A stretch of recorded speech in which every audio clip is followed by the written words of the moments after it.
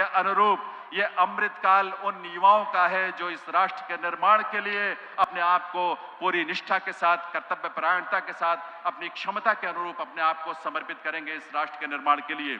और इसीलिए आज इतिहास के सृजन में, इतिहास का ये पन्ना जो दर्ज हो चुका है, इतिहास आने वाली पीढ़ियां इस बात पर, हम सब के बारे में हमें इस बात का गर्व होगा कि हम ऐसे आयोजन का हिस्सा बने जहां माननीय प्रधानमंत्री श्री नरेंद्र मोदी जी ने देश की पहली रैपिड रेल नमो भारत की शुरुआत की। और नमो भारत की शुरुआत के साथ इतिहास में भारत में एक ऐसे परिवहन व्यवस्था की शुरुआत हो रही है जो आज के पहले कभी हमने नहीं देखी। विश्व स्तरीय तकनीक से युक्त, विश्व स्तरीय सुविधाओं से लैस, अनुपम, विलक्षण, त्वरित गति की ये परिवहन की व्यवस्था नमो भारत, उसका साक्षी बनने का और कल से उसकी यात्रा का सुख लेने का अवसर हम सबको मिलेगा। गाजियाबाद की यह धरती, इसे ये अवसर मिला है इस तरह के आयोजन का, इसलिए अपने आप में ये बहुत विशेष है हम सब के लिए, गाजियाबाद के लिए, उत्तर प्रदेश के लिए। और इसीलिए इन क्षणों में अपने आप को राष्ट्र के प्रति समर्पित करते हुए, आपको याद होगा प्रधानमंत्री महोदय ने अमृतकाल के लिए 5 प्रण जो है हम सबके और देशवासियों के समक्ष रखे।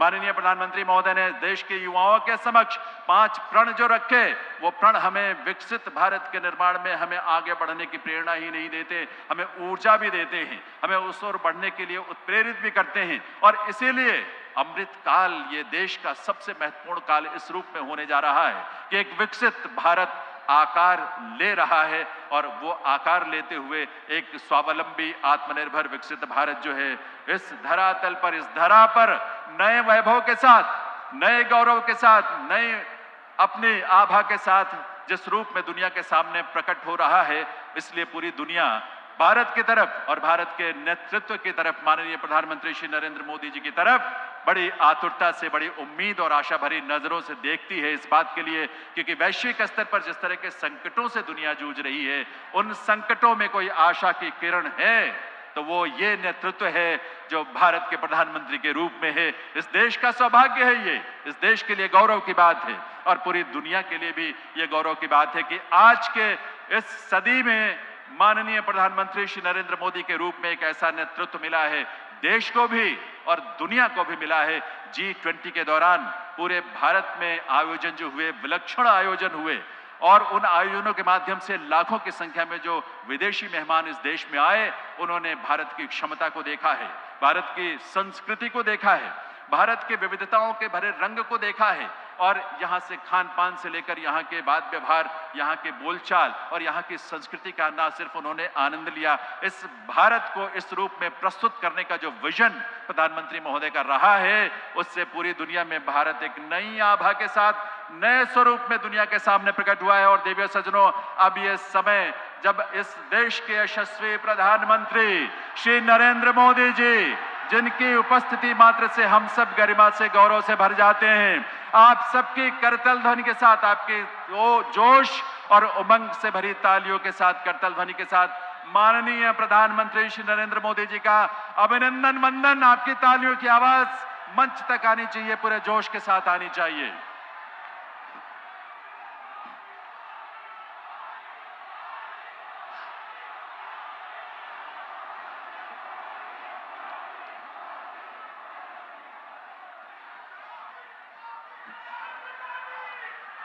नमस्कार देवियों सज्जनों, आज एक ऐतिहासिक दिन है, ऐतिहासिक गाजियाबाद के लिए, ऐतिहासिक उत्तर प्रदेश के लिए, ऐतिहासिक पूरे देश के लिए, क्योंकि आज इस देश के यशस्वी प्रधानमंत्री श्री नरेंद्र मोदी जी के कर कमलों से RRTS के नमो भारत रैपिड रेल का उद्घाटन हुआ। वो देश का पहला semi high speed, high frequency, अंतर्राष्ट्रीय स्तर की तकनीक और सुविधाओं से lace regional rapid transit system है। देवियों सज्जनों, आज माननीय प्रधानमंत्री महोदय ने RRTS के दिल्ली गाजियाबाद मेरठ कॉरिडोर के प्राथमिक खंड यानी साहिबाबाद से दोहाई डिपो के खंड का उद्घाटन किया है। और उद्घाटन ही नहीं, आप नए नमो भारत के पहले यात्री भी हैं। देवियों सज्जनों, आइए हम सब मिलकर करतल ध्वनि के साथ माननीय प्रधानमंत्री महोदय के इस कृपा और उनके स्नेह के लिए उनका अभिनंदन वंदन करें, स्वागत करें आप सबके करतल ध्वनि के साथ।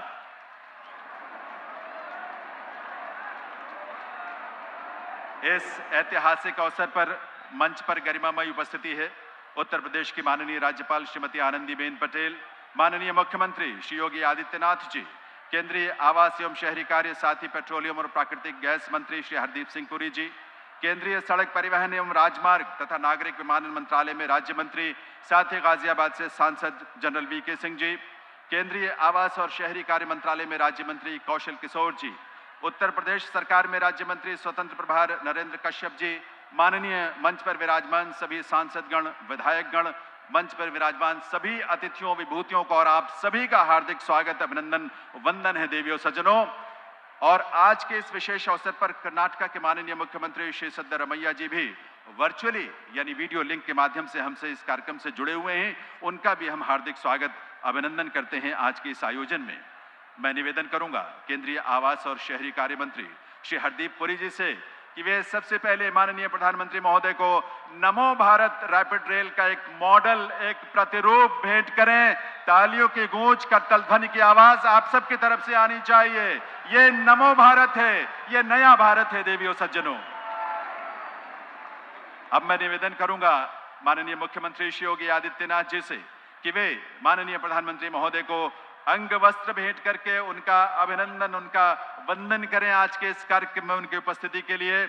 और इस अभिनंदन वंदन में आपकी करतल ध्वनि की गूंज मंच तक आनी चाहिए, दूर तक आनी चाहिए। और साथ ही पावन नवरात्रों के पुनीत अवसर पर मां दुर्गा की प्रतिमा भी माननीय प्रधानमंत्री महोदय को भेंट करते हुए माननीय मुख्यमंत्री महोदय, मां दुर्गा की कृपा इस देश पर, देशवासियों पर, पूरी धरा पर रहे, ये हम सबकी कामना और हम सबकी प्रार्थना है। पुनः वंदन, अभिनंदन। अब मैं निवेदन करूंगा केंद्रीय आवास एवं शहरी कार्य मंत्री श्री हरदीप सिंह पुरी जी से कि वे अपने स्वागत संबोधन के लिए पधारें। हम सब के लिए बहुत विशेष ऐतिहासिक क्षण है। इस अवसर पर माननीय प्रधानमंत्री महोदय का स्वागत करने के लिए माननीय श्री हरदीप सिंह पुरी जी।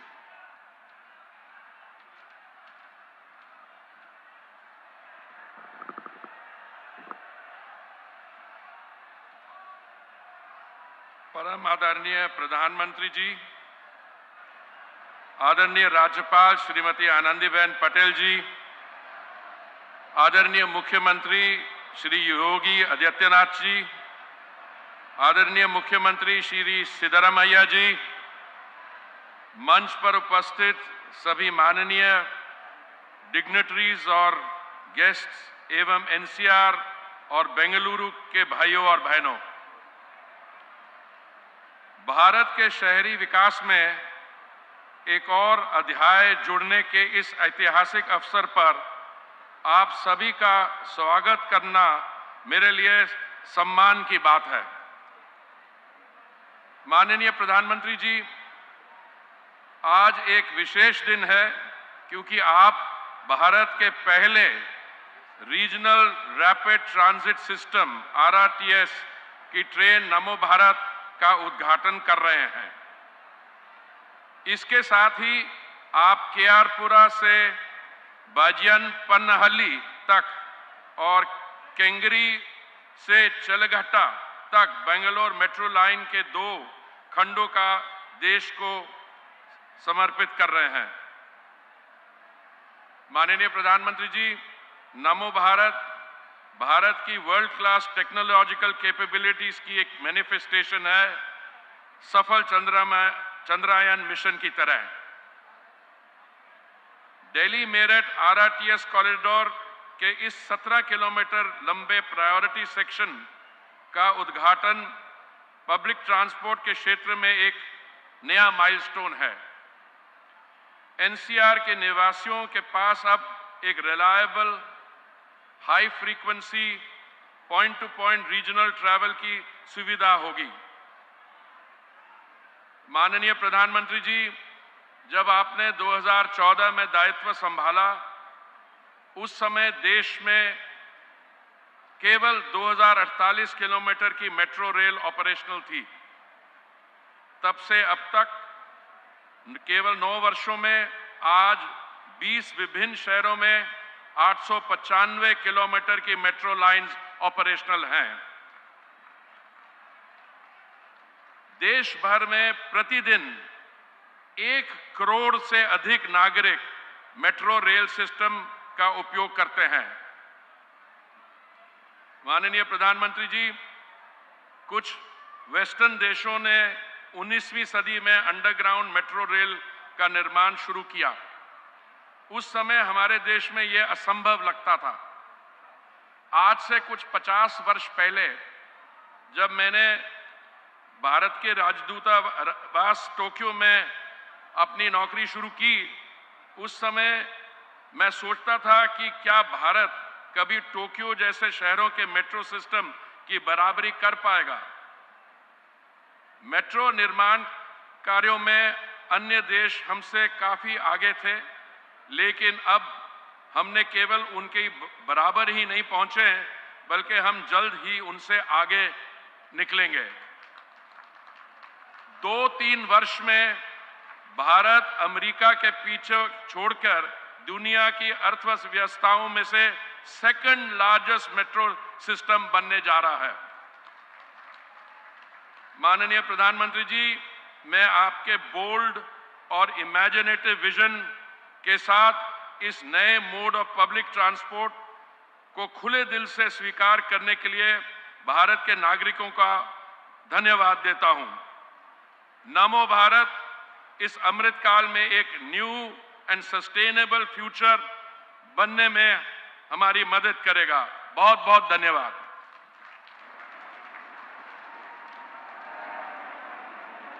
बहुत बहुत आभार माननीय श्री हरदीप सिंह पुरी जी, केंद्रीय आवास एवं शहरी कार्य मंत्री। देवी सज्जनों, आज इस मंच से माननीय प्रधानमंत्री महोदय बेंगलुरु मेट्रो की एक महत्वपूर्ण परियोजना का भी लोकार्पण करेंगे। बेंगलुरु मेट्रो के ईस्ट वेस्ट कॉरिडोर के 2 खंड के आरपुरा से बयप्पन्ना हल्ली और केंगेरी से चलागट्टा खंड का लोकार्पण आज होना है। इस अवसर पर कर्नाटक के माननीय मुख्यमंत्री श्री सिद्धरामैया जी वीडियो लिंक के जरिए हमसे जुड़े हुए हैं। Once again, I welcome Honorable Chief Minister of Karnataka and request him for his address. माननीय मुख्यमंत्री कर्नाटका श्री सिद्धरामैया जी।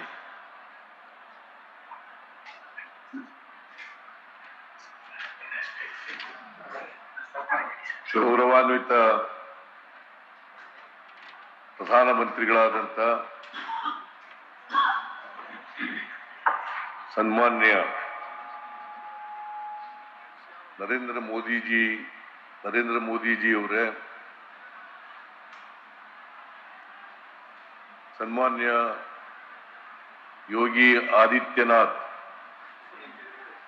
ಮಾನ್ಯ ಉತ್ತರ ಪ್ರದೇಶದ ಮುಖ್ಯಮಂತ್ರಿಯವರೇ, ವೇದಿಕೆ ಮೇಲಿರ್ತಕ್ಕಂಥ ಇತರ ಎಲ್ಲ ಗಣ್ಯರೇ,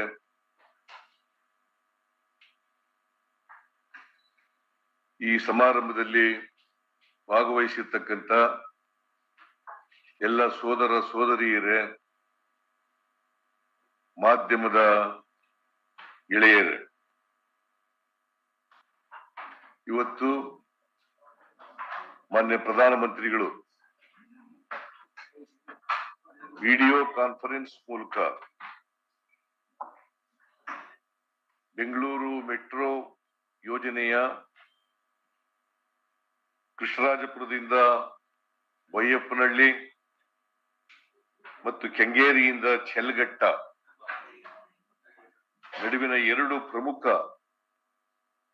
ಮಾರ್ಗಗಳನ್ನು ರಾಷ್ಟ್ರಕ್ಕೆ ಸಮರ್ಪಣೆ ಮಾಡುತ್ತಿದ್ದಾರೆ. ನಾನು ಅದಕ್ಕಾಗಿ ಕರ್ನಾಟಕದ ಜನತೆಯ ಪರವಾಗಿ ಹಾಗೂ ವಿಶೇಷವಾಗಿ ಬೆಂಗಳೂರು ನಗರದ ಜನತೆಯ ಪರವಾಗಿ ಅವರಿಗೆ ಧನ್ಯವಾದಗಳನ್ನ ಈ ಸಂದರ್ಭದಲ್ಲಿ ಹೇಳಲಿಕ್ಕೆ ಬಯಸ್ತಾ ಇದ್ದೇನೆ. ಬೆಂಗಳೂರು ಬಹಳ ವೇಗವಾಗಿ ಬೆಳೀತಾ ಇರ್ತಕ್ಕಂಥ ಒಂದು ನಗರ. ಇಲ್ಲಿ ಟ್ರಾಫಿಕ್ ಬಹಳ ದಟ್ಟವಾಗಿದೆ. ಇಂಥ ನಗರಕ್ಕೆ ಮೆಟ್ರೋ ಯೋಜನೆ ಅತ್ಯಂತ ಅತ್ಯಗತ್ಯ ಅಂತೇಳಿ ನಾನು ಭಾವಿಸ್ಕೊಂಡಿದ್ದೇನೆ. ಅದಕ್ಕೋಸ್ಕರ ಕೇಂದ್ರ ಸರ್ಕಾರ ಮತ್ತು ರಾಜ್ಯ ಸರ್ಕಾರ ಜಂಟಿಯಾಗಿ ಬೆಂಗಳೂರು ನಗರಕ್ಕೆ ಮೆಟ್ರೋ ಯೋಜನೆಯನ್ನ ಜಾರಿಗೊಳಿಸ್ತಾ ಇದೆ. ಮೊದಲನೇ ಹಂತದಲ್ಲಿ ಸುಮಾರು 42.3 ಕಿಲೋಮೀಟರ್ ಉದ್ದದ ಮೆಟ್ರೋ ಯೋಜನೆಯನ್ನ ಜಾರಿ ಮಾಡ್ತಾ ಇದ್ದೀವಿ. ಇದಕ್ಕೆ ಕರ್ನಾಟಕ ಸರ್ಕಾರ ಸುಮಾರು 5,630 ಕೋಟಿ ರೂಪಾಯಿಗಳನ್ನ ಇಲ್ಲಿವರೆಗೆ ಖರ್ಚು ಮಾಡಿದೆ. ಈ ಮೆಟ್ರೋ ಯೋಜನೆ ಕೇಂದ್ರ ಸರ್ಕಾರ ಮತ್ತು ರಾಜ್ಯ ಸರ್ಕಾರಗಳ ಸಹಯೋಗದೊಂದಿಗೆ ನಡೀತಾ ಇರ್ತಕ್ಕಂಥ ಯೋಜನೆ. ಈಕ್ವಿಟಿ ಎರಡೂ ಕೇಂದ್ರ ಮತ್ತು ರಾಜ್ಯಗಳು ಸಮನಾಗಿ ತೊಡಗಿಸಿದವೆ. ಈ ಯೋಜನೆ ಈಗಾಗಲೇ ಸುಮಾರು 74 ಮೊದಲನೇ ಹಂತ ಮತ್ತು ಎರಡನೇ ಹಂತ ಎರಡೂ ಸೇರಿ 74 ಕಿಲೋಮೀಟರ್ಗೆ ವಿಸ್ತರಣೆ ಆಗಿದೆ. ಸುಮಾರು 7 ಲಕ್ಷ ಜನ ಪ್ರತಿದಿನ ಈ ಯೋಜನೆಯ ಫಲವನ್ನ ಪಡಿತಾ ಇದ್ದಾರೆ. ಪ್ರಯಾಣಿಕರು ಸಂಚರಿಸ್ತಾ ಇದ್ದಾರೆ.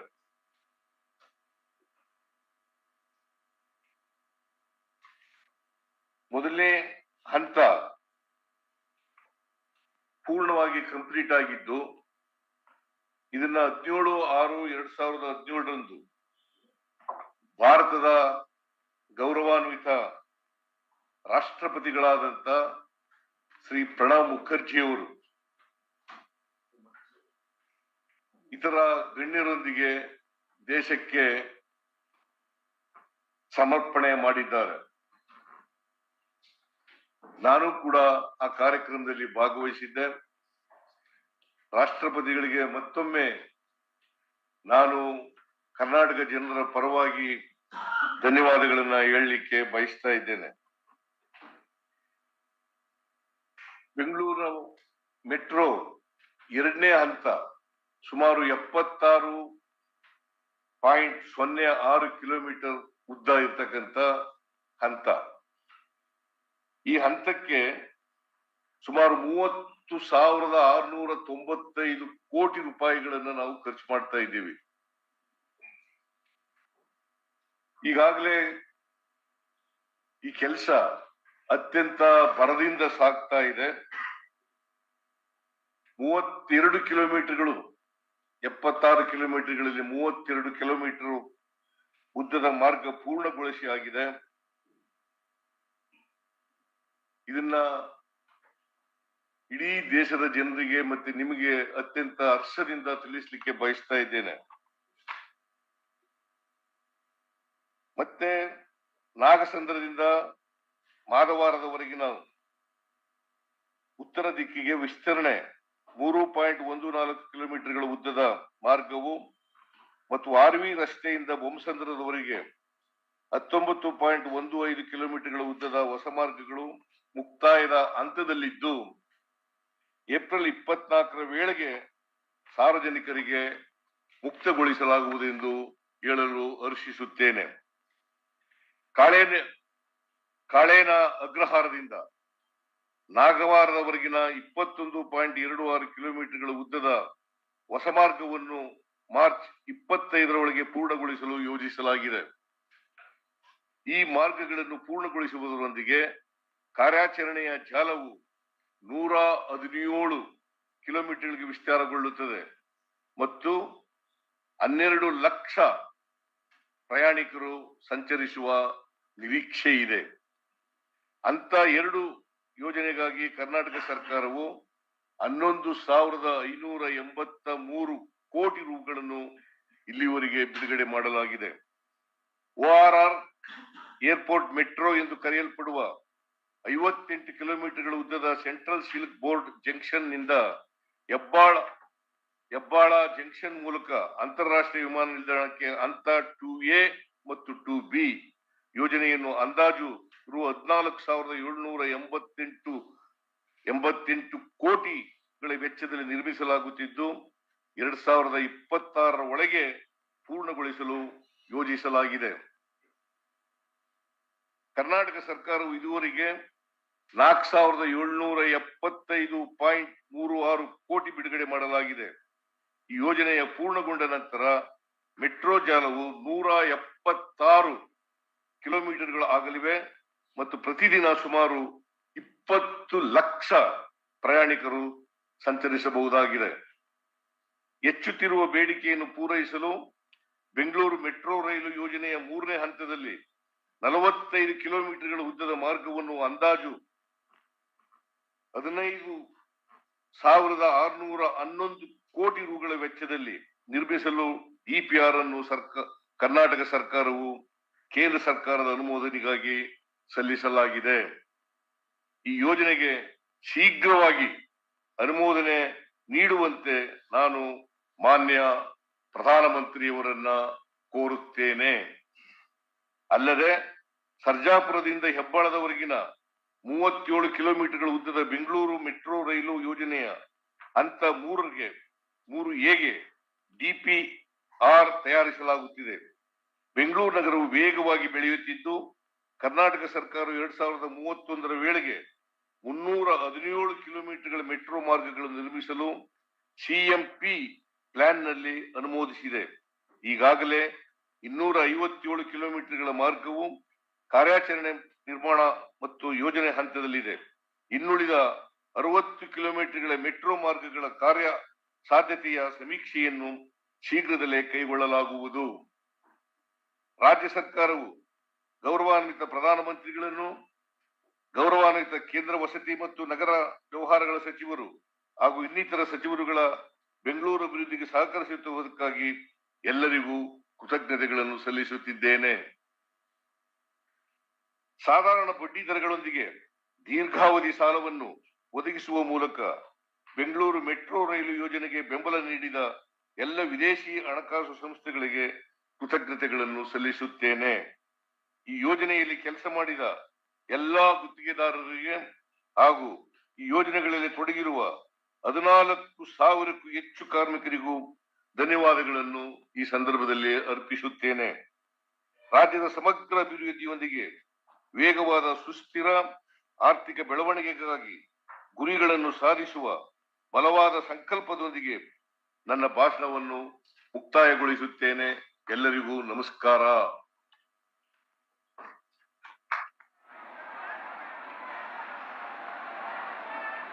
बहुत बहुत आभार कर्नाटक के माननीय मुख्यमंत्री श्री सिद्धारमैया जी। देवी सज्जनों, आज इस मंच से माननीय प्रधानमंत्री महोदय उन्होंने जो हम सबको सौगात दी, उसके पहले मैं निवेदन करूंगा माननीय मुख्यमंत्री उत्तर प्रदेश श्री योगी आदित्यनाथ जी, आप सबके करतल ध्वनि के साथ माननीय मुख्यमंत्री महोदय से उनके संबोधन के लिए।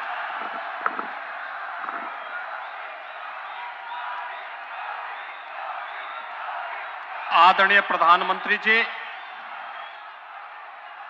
प्रदेश की माननीय राज्यपाल आदरणीय श्रीमती आनंदीबेन पटेल जी, केंद्रीय मंत्री माननीय श्री हरदीप सिंह पुरी जी, केंद्रीय मंत्री जनरल VK सिंह जी, श्री कौशल किशोर जी, भारतीय जनता पार्टी के प्रदेश के अध्यक्ष और विधान परिषद के माननीय सदस्य चौधरी भूपेंद्र सिंह जी,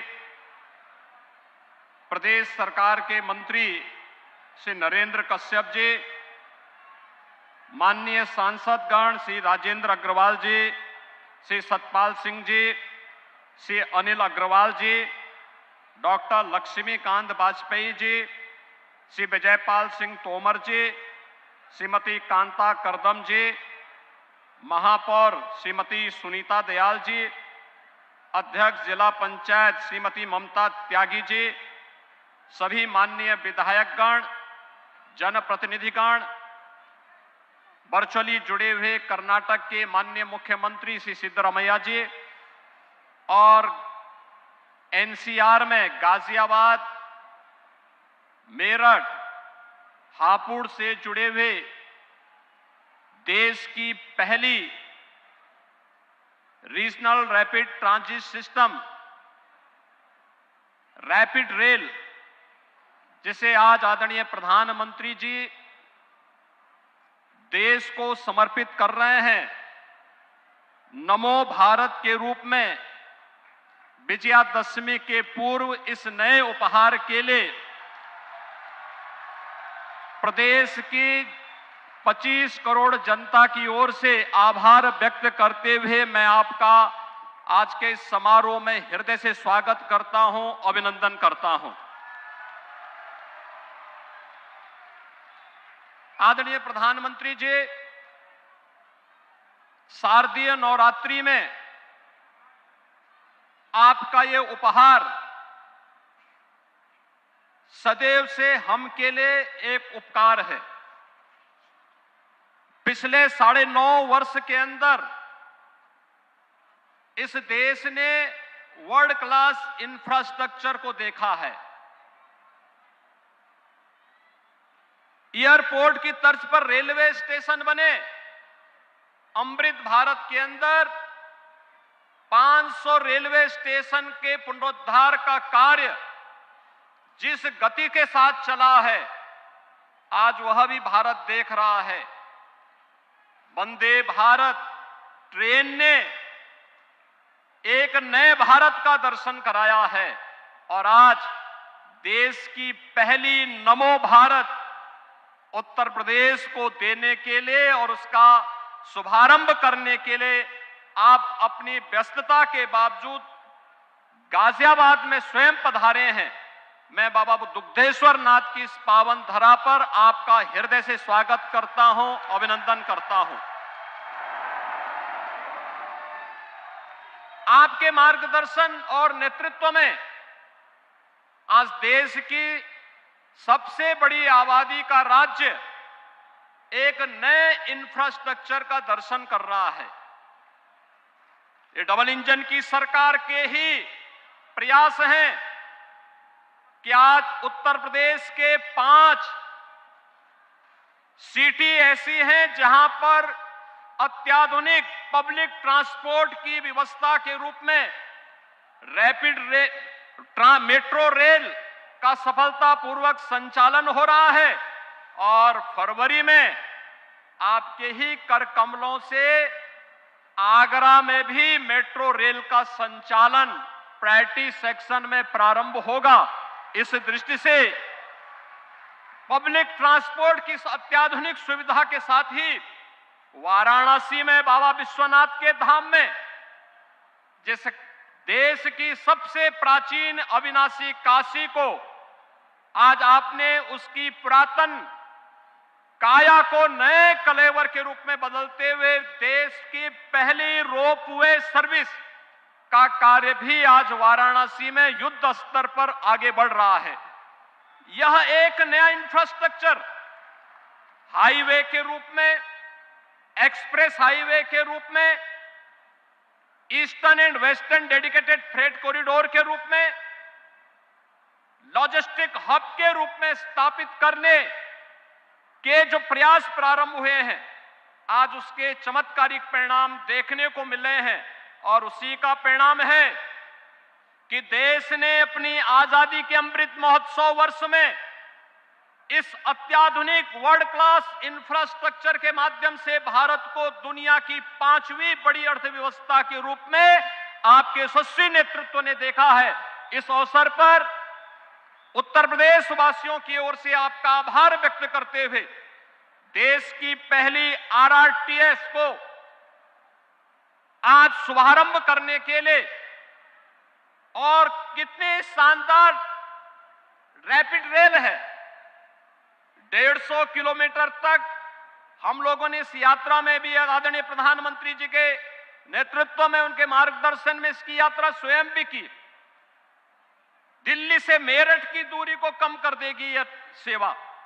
इससे पहले मेरठ को 12 लेन के एक्सप्रेस हाईवे के साथ जोड़ा जा चुका था और 12 लेन का 12 लेन का एक्सप्रेस हाईवे उत्तर प्रदेश में यह कभी एक सपना था, लेकिन आज मोदी है तो मुमकिन है यह सपना इस रूप में साकार होकर के उत्तर प्रदेश वासी भी, देशवासी भी देख रहे हैं। क्योंकि जो दूरी 4.5 घंटे लगती थी, आज मात्र 45 मिनट में उस दूरी को तय किया जा सकता है। और यही स्थिति रैपिड रेल की प्रारंभ होने के साथ अब दिल्ली मेरठ के बीच की दूरी को उसी रूप में कम करने में मदद मिलेगी। मैं एक बार फिर से इस उपहार के लिए आपके प्रति हृदय से आभार व्यक्त करते हुए आज आप स्वयं अपनी उपस्थिति के माध्यम से इस रैपिड रेल का उपहार देने के लिए विजयादशमी के पूर्व नवरात्रि के अवसर पर स्वयं गाजियाबाद में पधारे हैं। आपका मैं हृदय से स्वागत और अभिनंदन करता हूं। धन्यवाद। जय हिंद।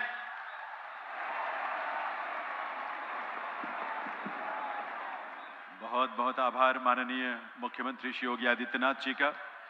देवी सज्जनों, जैसा कि आप जानते हैं, आज यहां देश के पहले नमो भारत रैपिड रेल के उद्घाटन के साथ साथ बेंगलुरु मेट्रो के ईस्ट वेस्ट कॉरिडोर के 2 खंडों का लोकार्पण भी माननीय प्रधानमंत्री महोदय के करकमलों से होना है।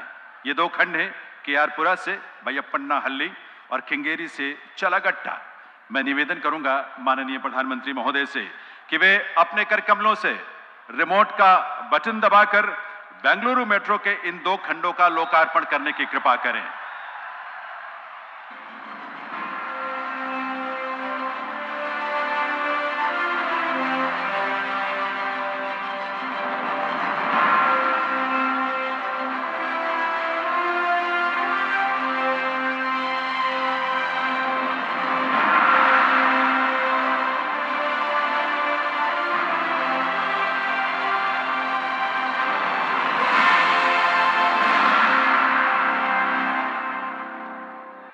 In the last 9 years, under the leadership of the Honorable Prime Minister, remarkable growth and fast-paced development have propelled India to become the fastest-growing economy in the world. The accelerated urbanization necessitated convenient and quick public transport of people. Metro networks have become the pulsing arteries of these bustling cities. The metro network in the country has expanded from 248 kilometers in 5 cities to 895 kilometers in 20 cities in the last 9 years. And about 965-kilometer long metro lines are under construction in 19 cities. देश के शहरों में public transport को बेहतर बनाने के लिए 2 दर्जन से अधिक नए शहरों में मेट्रो नेटवर्क का विस्तार हो रहा है।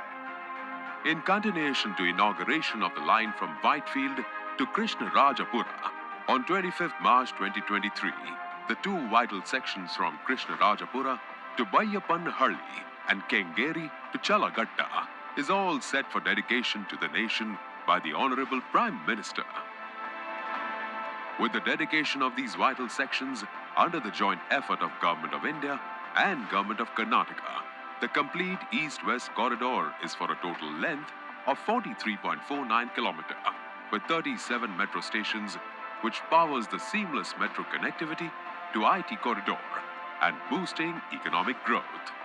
The total operational metro network of 74 km is expected to serve more than 20% of Bengaluru's population, thereby reducing traffic congestion and carbon footprint. Namma Metro, the lifeline of Bengaluru, now boasts of a ridership of over 7.5 lakh people per day and is working round the clock to provide Bengaluru the infrastructure it deserves to serve generations to come.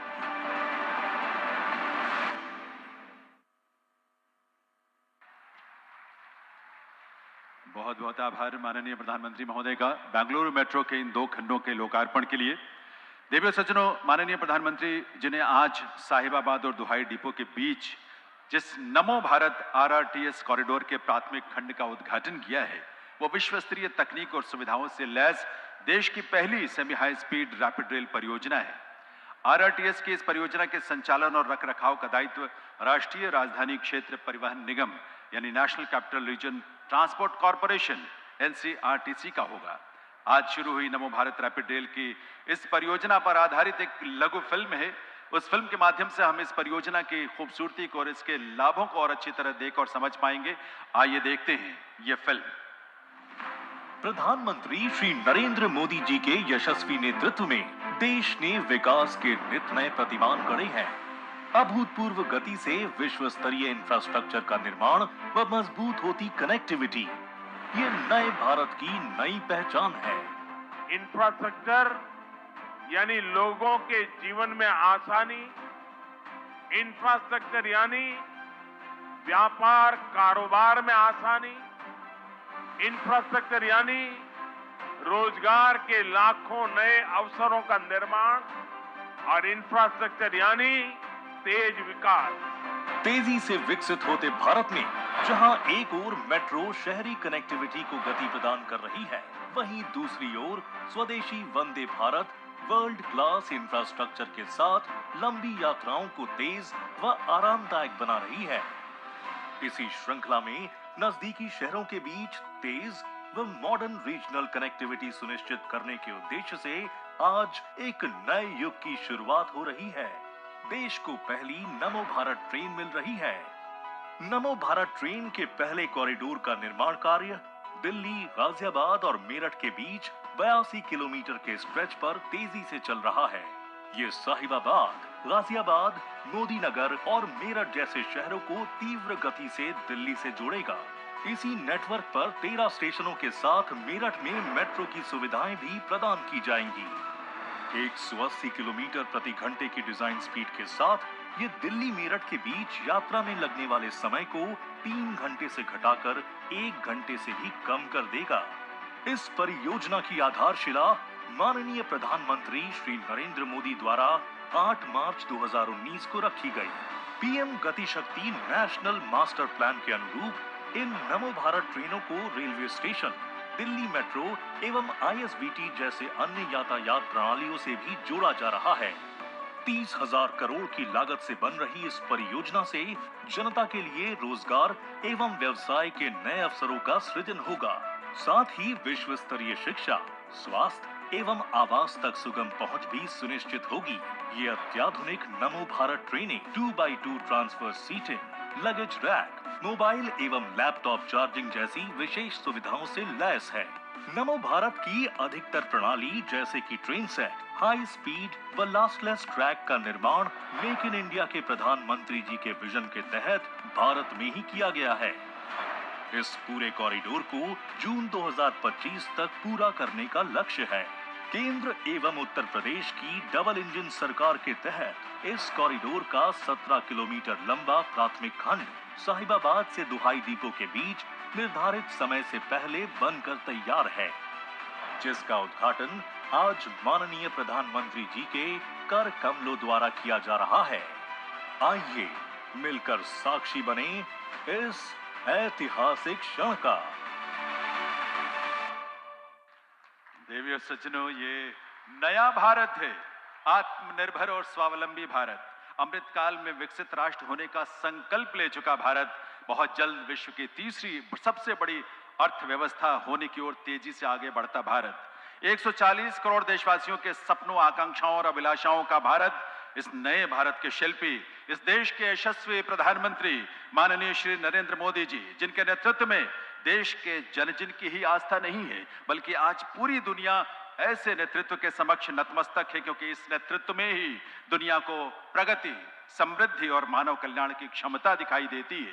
आइए आप सबकी करतल ध्वनि के साथ एक बार पुनः वंदन अभिनंदन करते हुए माननीय प्रधानमंत्री महोदय से निवेदन करें कि वे इस अवसर पर अपने संबोधन से हम सबका मार्गदर्शन करें, हम सबको प्रेरित करें।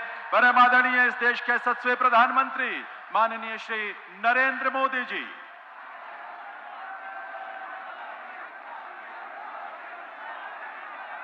भारत माता की,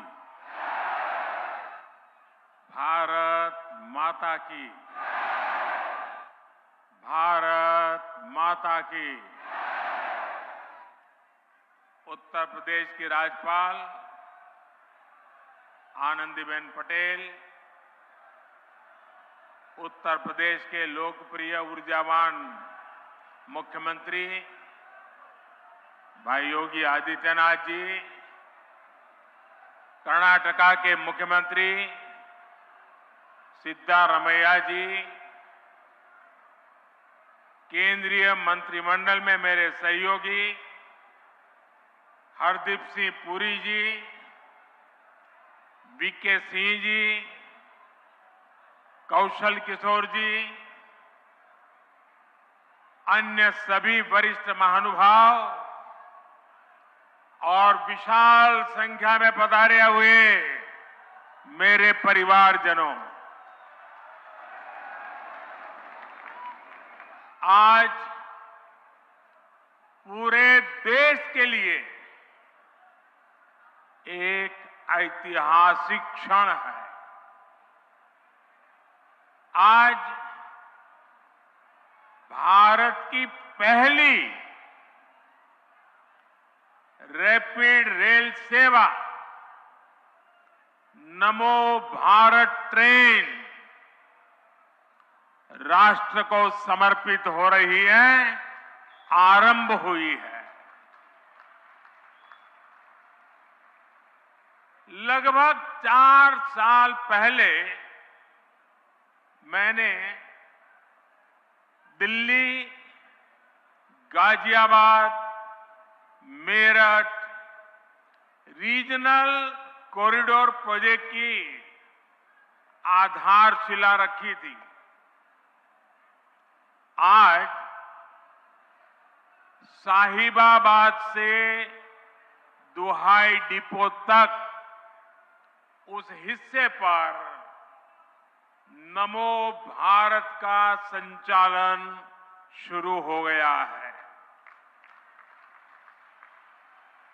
और मैंने पहले भी कहा है, आज भी कहता हूं, जिसका शिलान्यास हम करते हैं उसका उद्घाटन भी हम ही करते हैं। और ये मेरठ वाला हिस्सा 1 साल 1.5 साल के बाद पूरा होगा, उस समय भी मैं आपकी सेवा में मौजूद रहूंगा।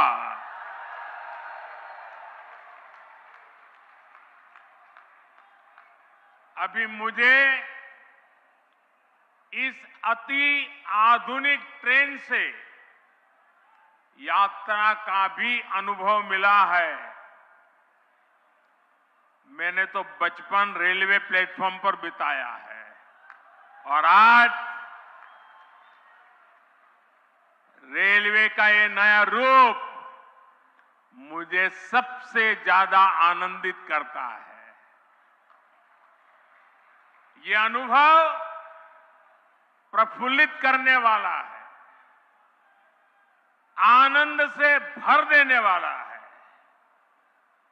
हमारे यहां नवरात्रि में शुभ कार्य की परंपरा है। देश की पहली नमो भारत ट्रेन को भी आज मां कात्यायनी के आशीर्वाद प्राप्त हुए हैं। और ये भी बहुत विशेष है कि इस नई ट्रेन में ड्राइवर से लेकर तमाम कर्मचारी महिलाएं हैं, हमारे देश की बेटियां हैं। ये भारत की नारी शक्ति के बढ़ते कदम का प्रतीक है। मैं दिल्ली, एनसीआर और पश्चिमी यूपी के सभी लोगों को नवरात्रि के पावन पर्व पर मिले इस उपहार के लिए बहुत बहुत बधाई देता हूं, बहुत बहुत शुभकामनाएं देता हूं। नमो भारत ट्रेन में आधुनिकता भी है, गति भी है, अद्भुत स्पीड भी है। ये नमो भारत ट्रेन नए भारत के नए सफर और नए संकल्पों को परिभाषित कर रही है। मेरे परिवारजनों, मेरा हमेशा से मानना है कि भारत का विकास राज्यों के विकास से ही संभव है। अभी इस समय हमारे साथ कर्नाटका के मुख्यमंत्री सिद्धारमैया जी भी जुड़े हुए हैं। आज बेंगलुरु में मेट्रो की 2 लाइनों को भी देश को समर्पित किया गया है। इससे बेंगलुरु के आईटी हब की कनेक्टिविटी और बेहतर हुई है। अब तो बेंगलुरु में हर रोज लगभग 8 लाख लोग मेट्रो से सफर कर रहे हैं। मैं नई मेट्रो सुविधा के लिए बेंगलुरु के सभी लोगों को भी बहुत बहुत बधाई देता हूं। मेरे परिवारजनों, 21वीं सदी का हमारा भारत आज हर सेक्टर में, हर क्षेत्र में प्रगति की नई गाथा लिख रहा है। आज का भारत चंद्रयान को चंद्रमा पर उतारकर दुनिया में ये हिंदुस्तान छाया हुआ है।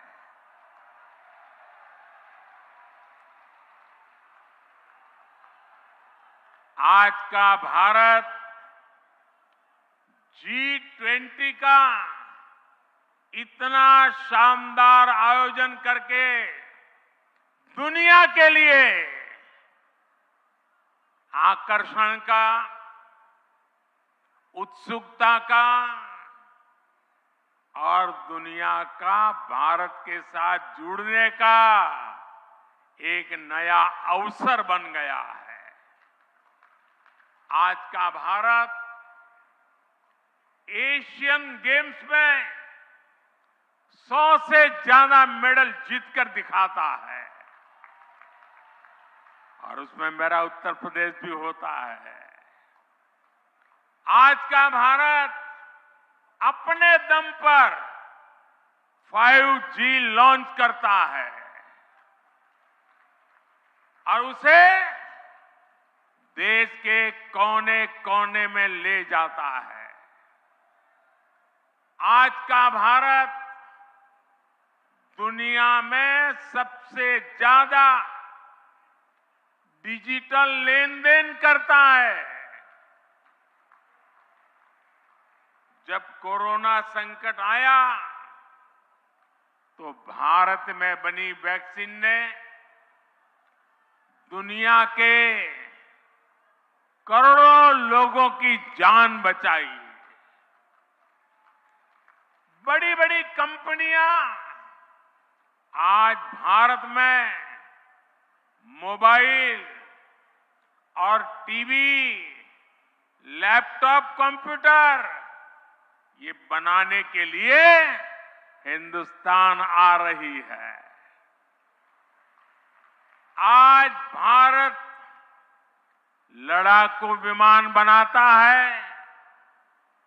लड़ाकू विमान के साथ साथ समंदर में तिरंगा फहराने वाला विक्रांत जहाज भी बनाता है। और ये जो आज तेज रफ्तार नमो भारत शुरू हुई है, वो भी मेड इन इंडिया है, भारत की अपनी ट्रेन है। साथियों, ये सुनकर के आपको गर्व होता है कि नहीं होता है? आपका माथा ऊंचा होता है कि नहीं होता है? हर हिंदुस्तानी को उज्जवल भविष्य दिखता है कि नहीं दिखता है? मेरे नौजवानों को उज्जवल भविष्य दिखता है कि नहीं दिखता है? अभी जो प्लेटफॉर्म पर स्क्रीन डोर के सिस्टम का लोकार्पण हुआ है, वो भी मेड इन इंडिया है। और मैं एक और बात बताता हूं, हम हेलीकॉप्टर में ट्रैवल करते हैं, ये प्रधानमंत्री का हेलीकॉप्टर है ना, उसके अंदर इतनी आवाज आती है कि जैसे वो हवाई ट्रैक्टर है, हवाई ट्रैक्टर, ट्रैक्टर से भी ज्यादा आवाज आती है, कान को बंद रखना पड़ता है। हवाई जहाज में जो आवाज आती है, मैंने आज देखा कि नमो भारत ट्रेन में हवाई जहाज से भी आवाज कम है, यानी कितनी सुखद यात्रा रहती है। साथियों, नमो भारत भविष्य के भारत की झलक है। नमो भारत इस बात का भी प्रमाण है कि जब देश की आर्थिक ताकत बढ़ती है तो कैसे ये हमारे देश की तस्वीर बदल जाती है।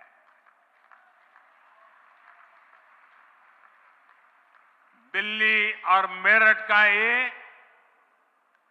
80 किलोमीटर से ज्यादा का स्ट्रेच तो एक शुरुआत है। सुनिए, ये तो एक शुरुआत है। पहले फेज में दिल्ली, यूपी, हरियाणा और राजस्थान के अनेक क्षेत्र नमो भारत ट्रेन से कनेक्ट होने वाले हैं।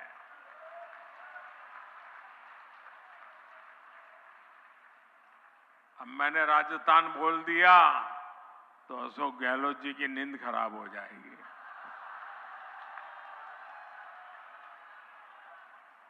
आने वाले समय में देश के और भी हिस्सों में नमो भारत जैसा सिस्टम बनेगा।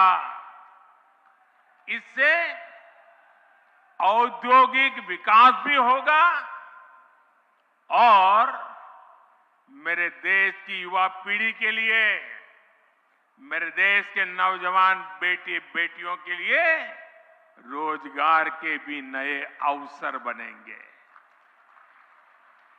साथियों, इस शताब्दी का ये तीसरा दशक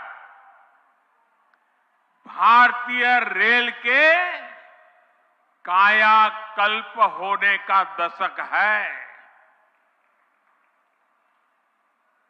आप देखना दोस्तों, इस 10 साल में पूरी रेल आपको बदली हुई नजर आएगी। और मुझे छोटे सपने देखने की आदत नहीं है और न ही मुझे मरते मरते चलने की आदत है। मैं आज की युवा पीढ़ी को विश्वास देना चाहता हूं, मैं आज की युवा पीढ़ी को गारंटी देना चाहता हूं, इस दशक के अंत तक आप भारत की ट्रेनों को दुनिया में किसी से भी पीछे नहीं पाएंगे।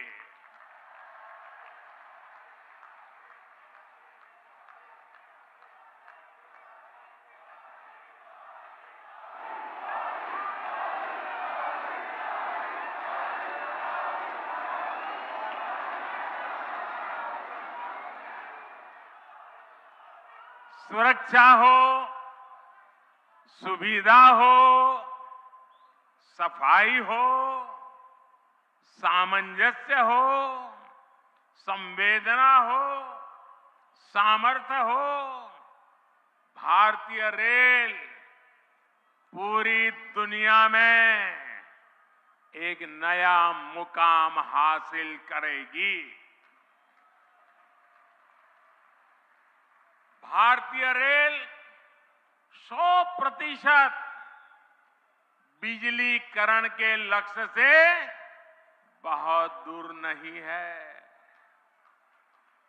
आज नमो भारत शुरू हुई है।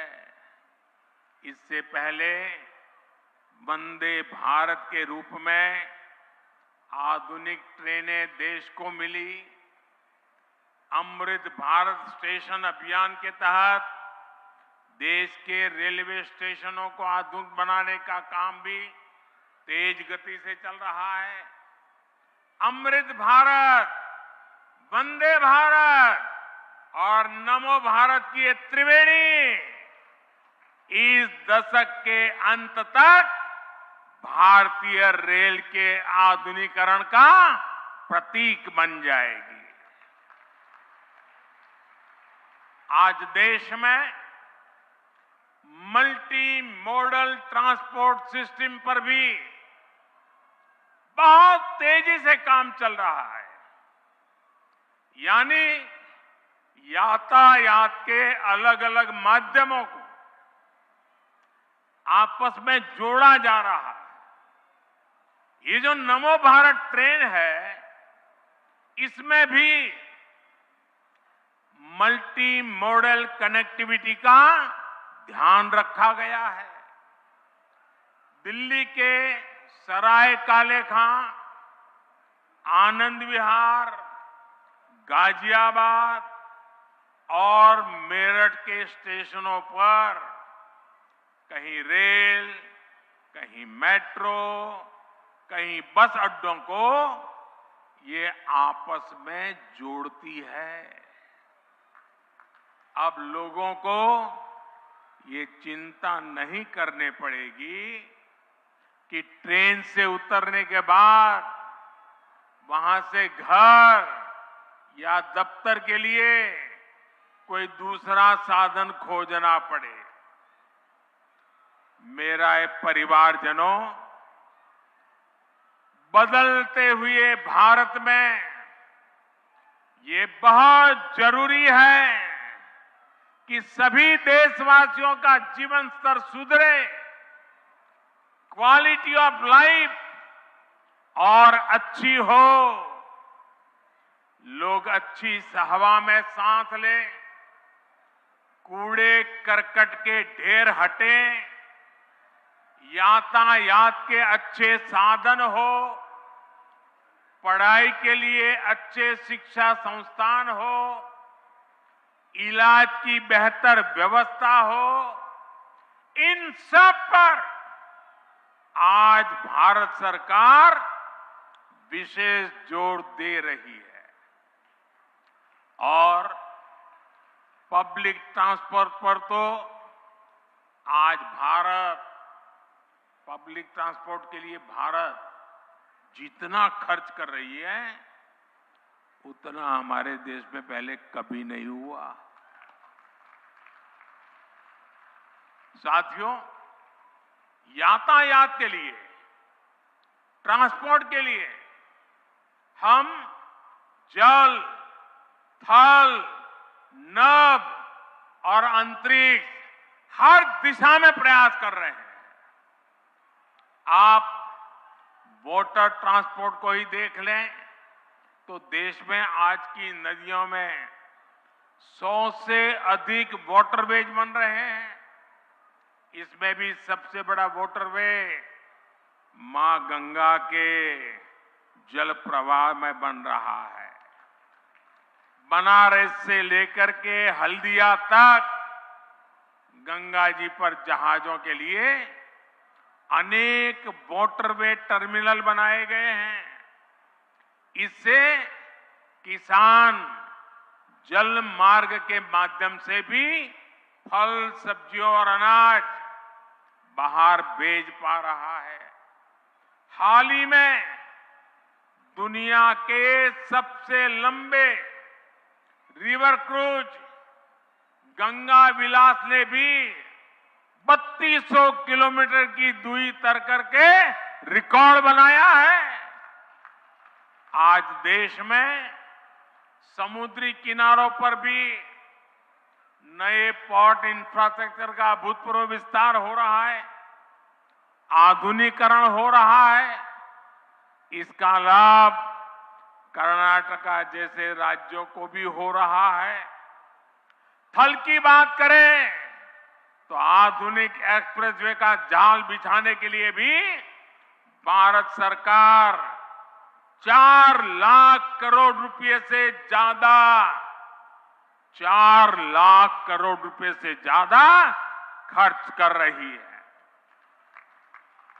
नमो भारत जैसी ट्रेनें हो या फिर मेट्रो ट्रेनें, इन पर भी 3 लाख करोड़ रुपए से ज्यादा खर्च किए जा रहे हैं। यहां दिल्ली एनसीआर में रहने वाले लोग जानते हैं कि बीते वर्षों में किस तरह यहां मेट्रो रूट्स का विस्तार हुआ है। यूपी में आज नोएडा, गाजियाबाद, लखनऊ, मेरठ, आगरा, कानपुर जैसे शहरों में मेट्रो आगाज दे रही है। कहीं मेट्रो चल रही है, कहीं निकट भविष्य में चलने वाली है। कर्नाटका में भी बेंगलुरु हो, मैसूरू हो, मेट्रो वाले शहरों का विस्तार हो रहा है। नभ यानी आसमान भी है। भारत ने आसमान में भी भारत ने उतने ही पंख फैला रहा है। हवाई यात्रा को हम हवाई चप्पल पहनने वाले के लिए सुलभ कर रहे हैं। बीते 9 साल में देश में एयरपोर्ट की संख्या 2 गुनी हो चुकी है। बीते कुछ समय में हमारी एयरलाइंस भारत में 1000 से अधिक नए विमानों के ऑर्डर दे चुकी है। इस प्रकार हम अंतरिक्ष में भी अपने कदम तेजी से बढ़ा रहे हैं। हाल में हमारे चंद्रयान ने चंद्रमा पर तिरंगा झंडा गाड़ दिया है। हमने 2040 तक का पक्का रोड मैप बना दिया है। कुछ ही समय बाद भारतीयों को लेकर हमारा गगनयान स्पेस में जाएगा। फिर हम अपना स्पेस स्टेशन स्थापित करेंगे। वो दिन दूर नहीं जब हम अपने यान में पहला भारतीय चांद पर उतारेंगे। और ये सब किसके लिए हो रहा है? ये देश के युवाओं के लिए, उनके भविष्य को उज्जवल बनाने के लिए हो रहा है। साथियों, अच्छी हवा के लिए जरूरी है कि शहरों में प्रदूषण कम हो। इसे ध्यान में रखते हुए देश में इलेक्ट्रिक बसों का भी बहुत बड़ा नेटवर्क तैयार किया जा रहा है। केंद्र सरकार ने राज्यों को 10,000 इलेक्ट्रिक बस देने वाली योजना शुरू की है। भारत सरकार की तैयारी राजधानी दिल्ली में 600 करोड़ रुपए के खर्च से 1300 से ज्यादा इलेक्ट्रिक बस चलाने का हमारा संकल्प है। इसमें से 850 से ज्यादा इलेक्ट्रिक बसें दिल्ली में चलनी शुरू भी हो गई है। इसी तरह बेंगलुरु में भी 1200 से ज्यादा इलेक्ट्रिक बसों को चलाने के लिए भारत सरकार 500 करोड़ रुपए की मदद दे रही है। केंद्र सरकार की कोशिश है कि दिल्ली, यूपी हो या कर्नाटका, हर शहर में आधुनिक और ग्रीन पब्लिक ट्रांसपोर्ट को बढ़ावा मिले। साथियों, आज भारत में जो भी इंफ्रास्ट्रक्चर का निर्माण हो रहा है, उसमें नागरिक सुविधाओं को सर्वोच्च प्राथमिकता दी जा रही है। ऑफिस जाने वालों के लिए मेट्रो या नमो भारत ट्रेन जैसे इंफ्रास्ट्रक्चर बहुत मायने रखते हैं। जिनके घर में छोटे बच्चे हैं या बुजुर्ग माता पिता हैं, उन्हें अपने परिवार के लिए इसके कारण समय बचता है, ज्यादा समय मिलता है। युवाओं के लिए बेहतरीन इंफ्रास्ट्रक्चर का होना इस बात की गारंटी है कि बड़ी कंपनियां आएगी, वहां उद्योग लगाएगी। एक बिजनेसमैन के लिए अच्छे एयरवेज और अच्छी सड़कें होने से ग्राहकों तक उनकी पहुंच आसानी से हो जाती है। अच्छे इंफ्रास्ट्रक्चर से कई तरह के बिजनेस एक जगह जुटने लगते हैं, जिससे सबको फायदा होता है। एक कामकाजी महिला के लिए मेट्रो या बीआरटीएस जैसे इंफ्रास्ट्रक्चर से सुरक्षा की भावना मजबूत होती है। वो ना सिर्फ सुरक्षित अपने ऑफिस तक जाती है, बल्कि उनके पैसे की भी बचत होती है। जब मेडिकल कॉलेजों की संख्या बढ़ती है, इलाज की राह देखने वाले मरीजों और डॉक्टर बनने की आकांक्षा रखने युवाओं दोनों को फायदा होता है। जब डिजिटल इंफ्रास्ट्रक्चर का विकास होता है, तब सबसे गरीब व्यक्ति को भी उसके हक का पैसा सीधा उसके बैंक अकाउंट में मिलता है। जब नागरिकों को सारी सेवाएं ऑनलाइन मिलने लगती हैं, तो उसे ऑफिसों के चक्कर लगाने से मुक्ति मिलती है। अभी जो ये UPI enable ticket vending machine कुछ देर पहले हमने देखी है, वो भी आपकी सुविधा बढ़ाने वाली है। ऐसी सभी क्षेत्रों में पिछले एक दशक में अभूतपूर्व कार्य हुए हैं। इससे लोगों का जीवन आसान बना है, उनके जीवन से मुश्किलें दूर हुई हैं। मेरे परिवारजनों, ये त्योहारों का समय है, ये खुशियों का समय है।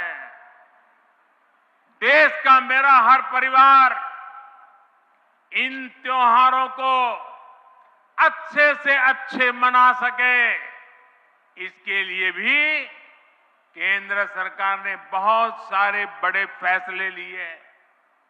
इन फैसलों का लाभ किसानों को होगा, कर्मचारियों को होगा, पेंशन वाले हमारे भाई बहनों को होगा। भारत सरकार ने रबी फसलों की एमएसपी पर बड़ी वृद्धि की है।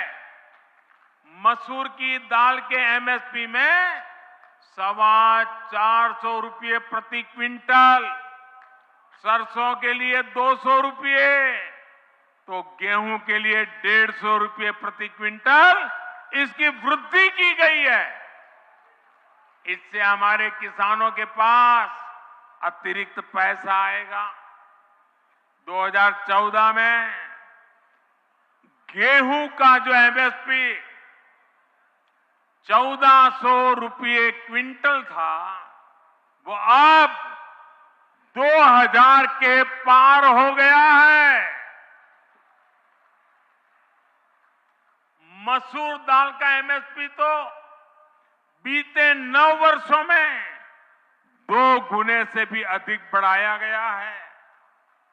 सरसों का एमएसपी भी इस दौरान 2600 रुपये प्रति क्विंटल बढ़ाया जा चुका है। ये किसानों को लागत का 1.5 गुना से अधिक समर्थन मूल्य देने की हमारी प्रतिबद्धता को दर्शाता है। साथियों, केंद्र सरकार यूरिया सहित तमाम दूसरी खादों को कम कीमत पर किसानों तक पहुंचा रही है।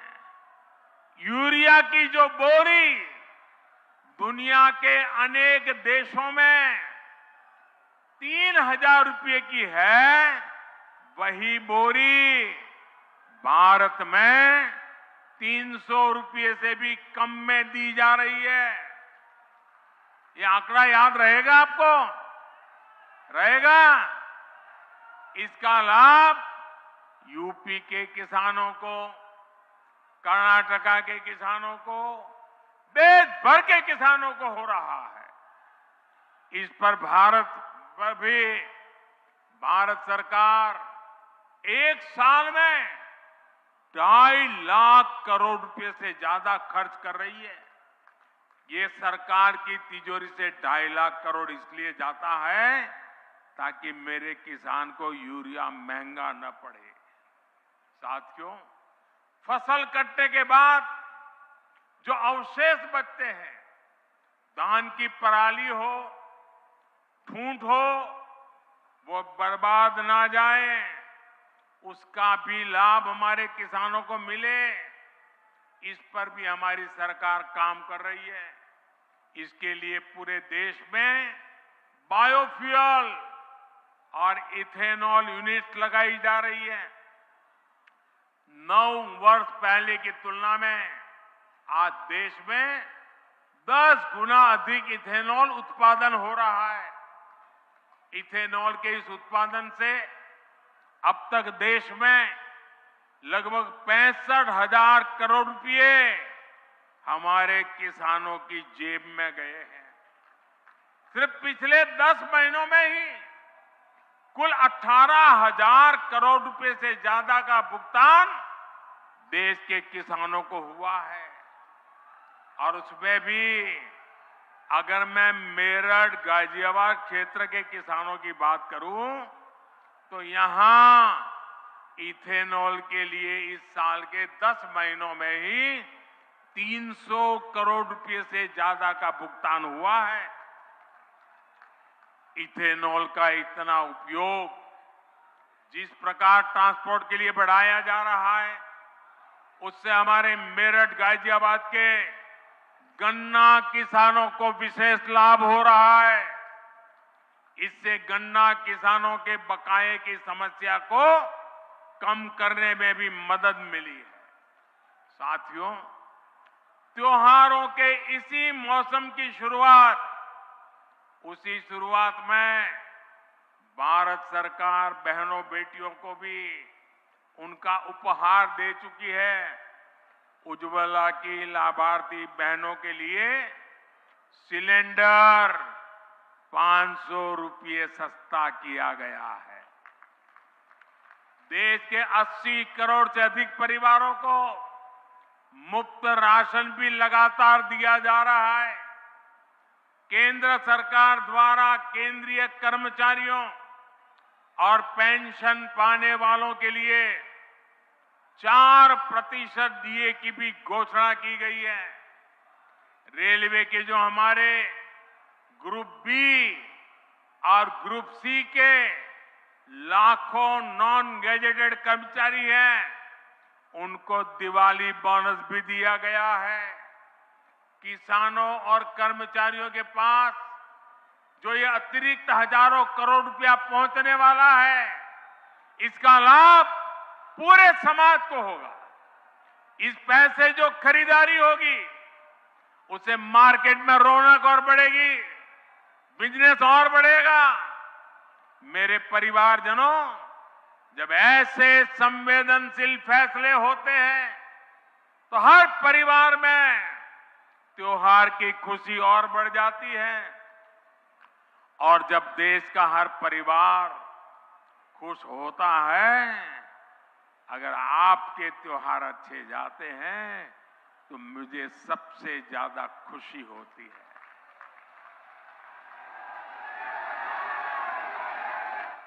मेरा त्योहार उसी में मन जाता है।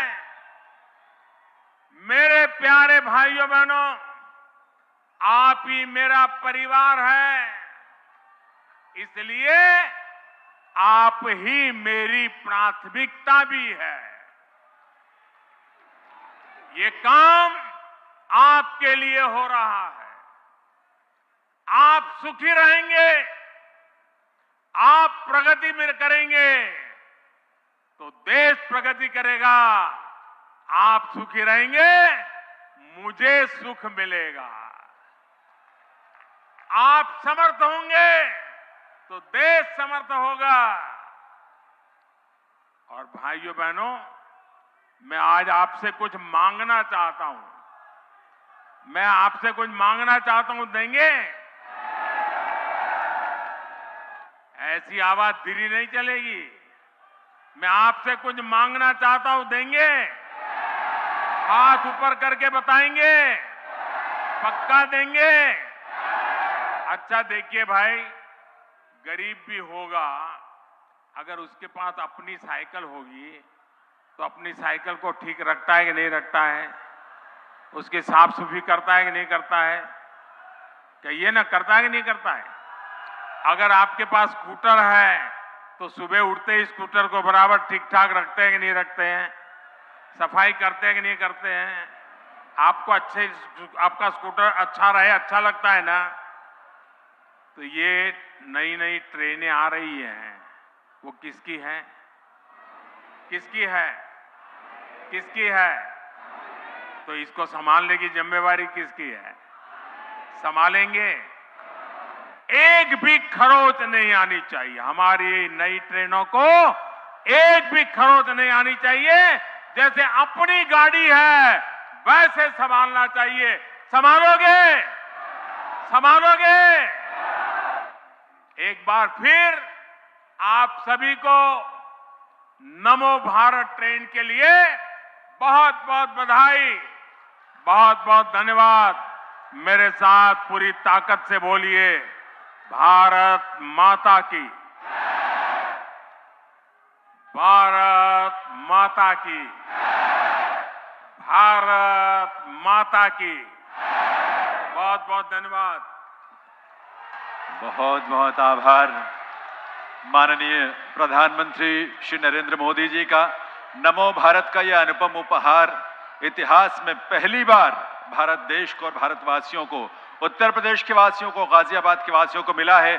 एक बार बहुत ही सम्मान के साथ, ऊर्जा के साथ आपकी तालियों की आवाज आभार के रूप में जरूर आनी चाहिए देवी सज्जनों, माननीय प्रधानमंत्री महोदय के लिए, जो इस देश के लिए, इस देश को अपना परिवार मानते हुए, इस देश के सुख के लिए, उसके समृद्धि के लिए, उसके प्रगति के लिए जिन्होंने अपने आप को समर्पित किया है। आज देश का अंतिम जन, देश की महिलाएं, देश का युवा, देश का बुजुर्ग, आज सभी जाति धर्म से ऊपर उठकर विकास की बात कर रहे हैं, प्रगति की चर्चा कर रहे हैं। तो इसलिए कि आपके नेतृत्व में ही शासन और सरकार का यह स्वरूप हमने देखा है, जहां सबका साथ है। तो आज देश को पहली रैपिड रेल नमो भारत की सौगात मिली है। प्रधानमंत्री नरेंद्र मोदी ने हरी झंडी दिखाकर नमो भारत रैपिड रेल की शुरुआत की और साथ ही इसके साथ ही प्रधानमंत्री नरेंद्र मोदी ने बेंगलुरु के पूर्व पश्चिम मेट्रो गलियारे का भी लोकार्पण किया।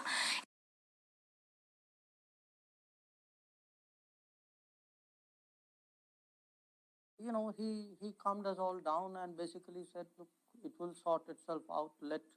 Manage this situation. Geopolitics will assert itself.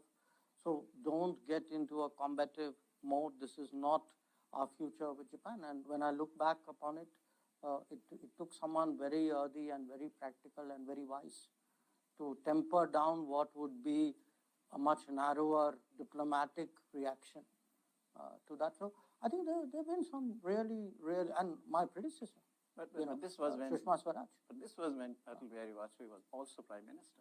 Yeah, sure. But as a foreign minister, I will look as a foreign minister. I just joined. I'm sure he was very good, but I didn't have a chance to deal with him. But I look at Sushma Swaraj. I worked with her minister to secretary. I mean, we made a very good team because I think she brought a lot of political experience and a certain practicality of life to what is a profession which sometimes tends to be, kind of circular, that you are arguing, with your own sort of set of people. Okay, so let me turn to now India, and as a starting point, I want to start with your fantastic book, which I had the pleasure to read. Recommended to all. It's called The India Way, and I'm sure many of you have actually read it because I can see from the commentary on Amazon.com that it has been extremely widely read, one of the bestsellers. And my Gujarati edition just came out. Gujarati edition just came out. Bear that in mind. Okay, so we should have editions in the remaining 20 languages of India as well. They will be coming. By the way, the Tamil edition, Hindi edition had already come out. So, okay, all right. Yeah. So, all right. So in the book, I want to start with something very interesting you say in the preface. This is the date of publication is 2020. So I take it by the time the book came out, you were already the External Affairs Minister. So this is writing as the External Affairs Minister. The minister says, "It was unsettling to discover, after 4 decades as a professional diplomat, that many of the assumptions on which we had operated were now being called into question." And later on, of course, in the book, you talk about the dogmas of Delhi and so forth and all. In what way the assumptions were coming into question? What were the Delhi dogmas that perhaps were probably the subject of this questioning? Well, if you look, we are now marking 75 years of our independence. Okay. So what we call Azadi Ka Amrit Mahotsav. And 75 years, I mean, any kind of round number or 25, 50, 75, these are good occasions actually to reflect. Okay. Now, writing a book is also a good occasion to reflect because it's like a self-audit. And the reason why I wrote that was because foreign policy and diplomacy is a certain, there are a certain set of people over a period of time who determine and decide what is right, what is wrong, what is smart, what is not, and they have a view of the world, okay, on which, and that's the assumptions that they make. Now, the reason I wrote that, which is questioning the assumptions, was that the world has changed so much, and the opportunities for India and the challenges for India have correspondingly been impacted.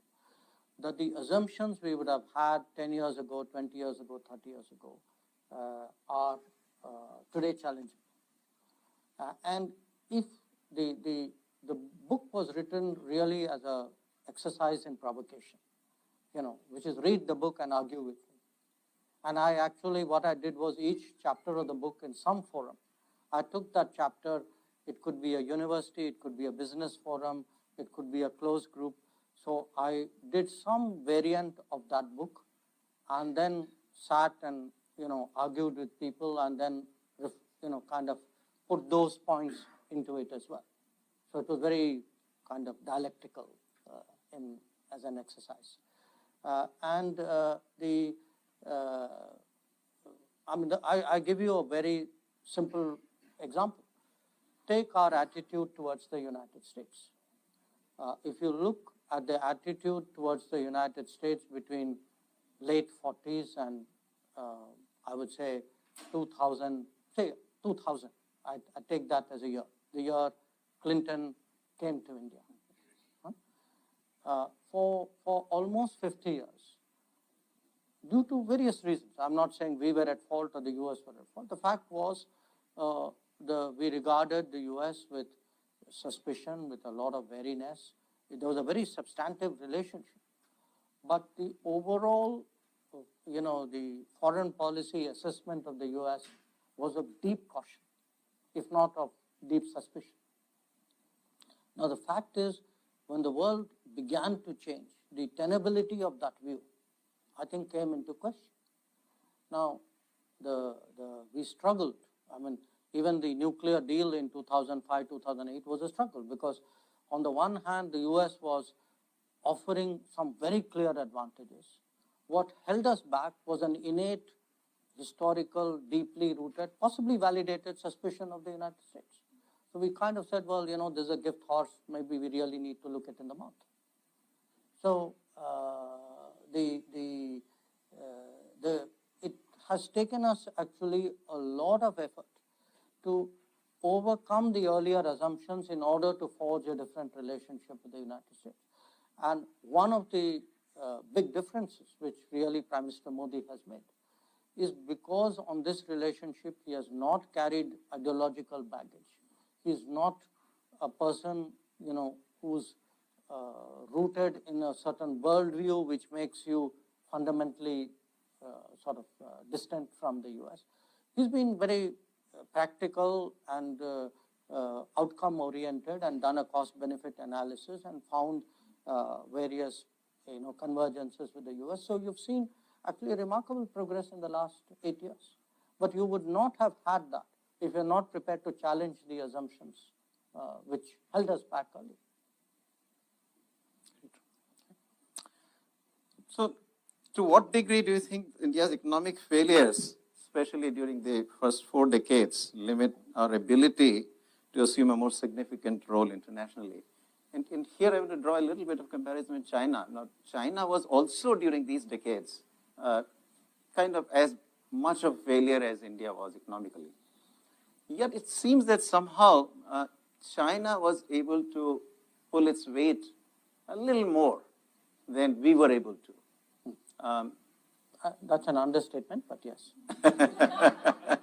No, seriously, I mean, they are today 5 times your economy. Yes. So I think it's more than a little more. But even if we look back, pre-2000, let's say, or pre-1995, at least one gets the sense that the Chinese were able to pull their weight in those decades a bit more than we were able to. Why was there this difference, even though we were a democracy and the Chinese were obviously an authoritarian regime? Well, I've sort of addressed that in the book. I've attributed, again, this is a retrospective look free of judgment. It's an analysis rather than a blame game. I think there were 3 big things which went wrong for us. One was, of course, at the start, the partition. The second was the delay in exercising the nuclear option. And the third was the delay in the economic reforms. So China not only did not get partitioned, actually China grew in this period territorially. China exercised its nuclear option early, 1964. We did a half-hearted move in 74. We did it, but we didn't do it. So we had to do it all over again in 98. And that's, 74 was tough enough, but by the time you stretched it to 98, you actually created a big burden on yourself and also allowed Pakistan to catch up in that period.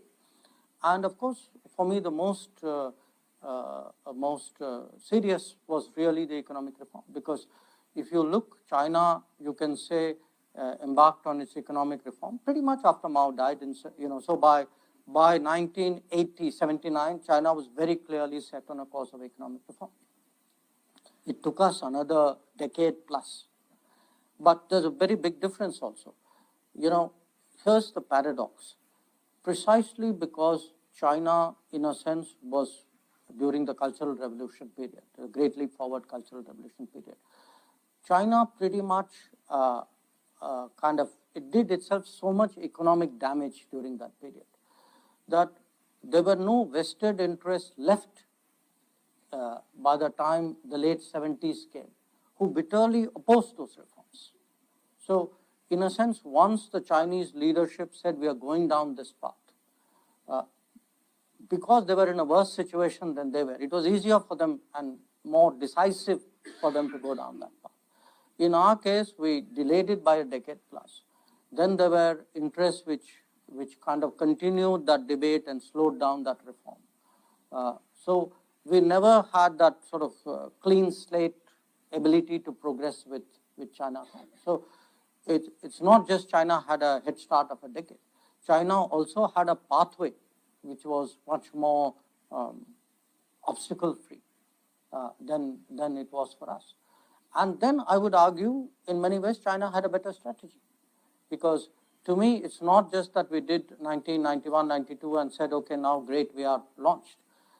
I do believe, and I think you and I don't entirely agree on this aspect of it, that our model of of embracing the world was deeply flawed. We did not build our domestic supply chains, we did not support our small and medium industries. We thought the world economy would be fair to us, and therefore the more we exposed ourselves to the global economy, the more we would progress, we would become competitive.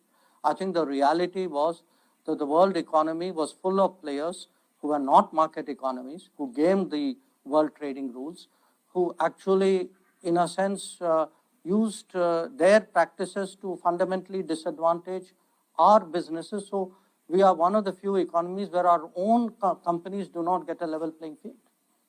So late start, no clean pathway, a lot of domestic lack of support, not the right vision. I think these were all factors. And I think today, correcting that, to me, the Atmanirbhar Bharat is not a slogan. It is actually a corrective of a flawed model of globalization that we pursued for more than 2 decades, and I think which has not served our country well. I think you're right. We will disagree on the second part of it. But let me emphasize on the first part. I think that I completely agree that very spot on. That the way I put it to my students in the classroom is that, socialism and democracy interacted very differently than socialism and authoritarianism did in China. In India, because of democracy, it was much harder to change, and the opposite kind of forces really came through. I'm not being a contrarian, but I might even challenge that. Not historically. I don't believe being a democracy is an obstacle. I don't believe it's a disadvantage. Look, I'm just giving you the last 3 years. Okay, 3 years which I have seen as a politician and a minister, and I look at what has happened in India in the middle of COVID. And when I see the pace of change in India, the fact that we have been able to create a social safety net, that the Indian system today can day after day